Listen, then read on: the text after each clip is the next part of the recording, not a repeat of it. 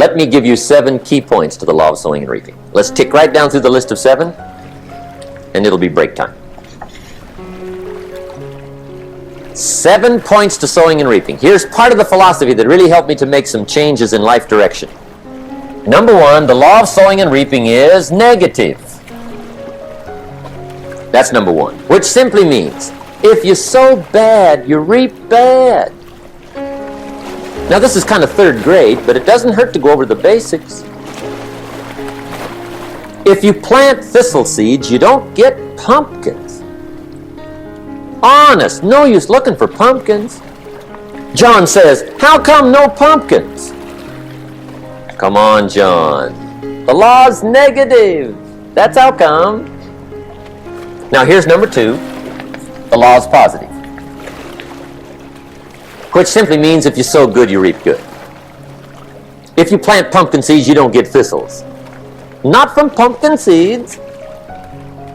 Mother Nature won't pull tricks on you over in the corner snicker and push new thistles and you planting pumpkin seeds. She won't do that. You will get pumpkins from pumpkin seeds, and the reason is because the law is positive. Now here's number 3. I got excited when I found out the full dimension of this. See, you do not reap what you sow, but rather, you always reap much more than what you sow. So the 3rd key word is more. You don't get back what you put out. You get back much more than what you put out. And it works both positive and negative.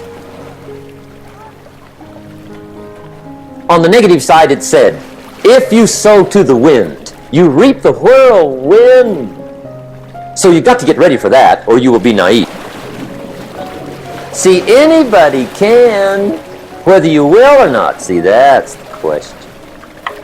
And here's a good question to ask. We are all buying somebody's plan. The question is, whose? Who's got you talked into doing what you're doing? Who's got you talked into your present plan? See, 10 years from now, you will surely arrive. The question is, where? But see, anybody, if you want to, can go searching for a good plan, pick it, and start working it. And sure enough, as the time passes, as it surely will 5 years from now, 10 years from now, then you'll be winding up wearing what you want to wear, driving what you want to drive, living where you want to live, become what you want to become. But now's the time to fix the next 10 years. And who can? Anybody.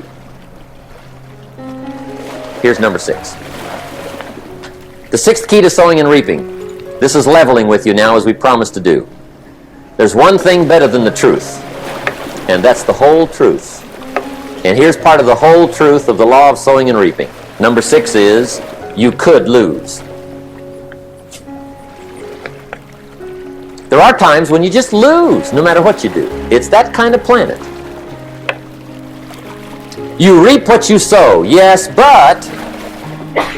What does that mean, yes, but? Well, the farmer plants his crop in the spring, takes care of it all summer, loves his family, works 10, 12 hours a day, 6, 7 days a week, is an honorable man. Come fall, he's got a beautiful crop, and he deserves every bit of it. But the day before he sends the combines into the field, a hailstorm comes along and beats it all in the ground, which means you lose. Somebody says, well, what did he do wrong? Answer, nothing. It's just that kind of planet. Sometimes it's going to hail on your crop and rain on your parade, so you got to get ready for that or you will be naive. That's just part of the life arrangement. And don't press me why. I was not in on some of the original decisions here, so I don't know how it got set up. But there's just times, sometimes you lose. That's part of life. But now here's number 7. The 7th key to sowing and reaping.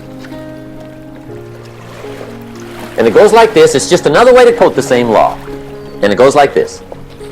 If you don't sow, that's just another way to quote the law. If you don't sow, you don't reap. You don't even have a chance. So if you looked at your game plan tomorrow, you might come to the quick conclusion, I got to get some sowing going.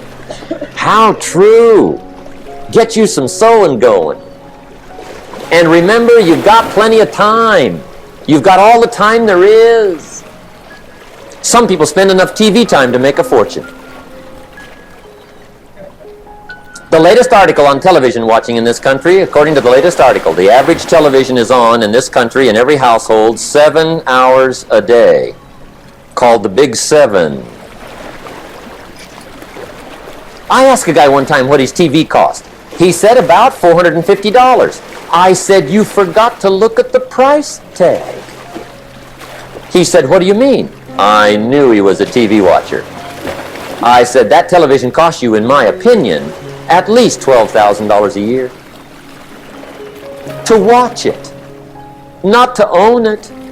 Owning it's cheap. Watching it is what's expensive. And I said, hey, $12,000 a year is too much to pay to watch TV. That's too much. Pay a little, but not $12,000. And he's the guy that said, I hope pay TV never comes.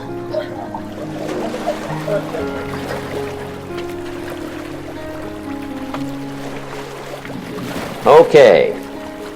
We're trying to cover an awful lot tonight. I realize that. But my time...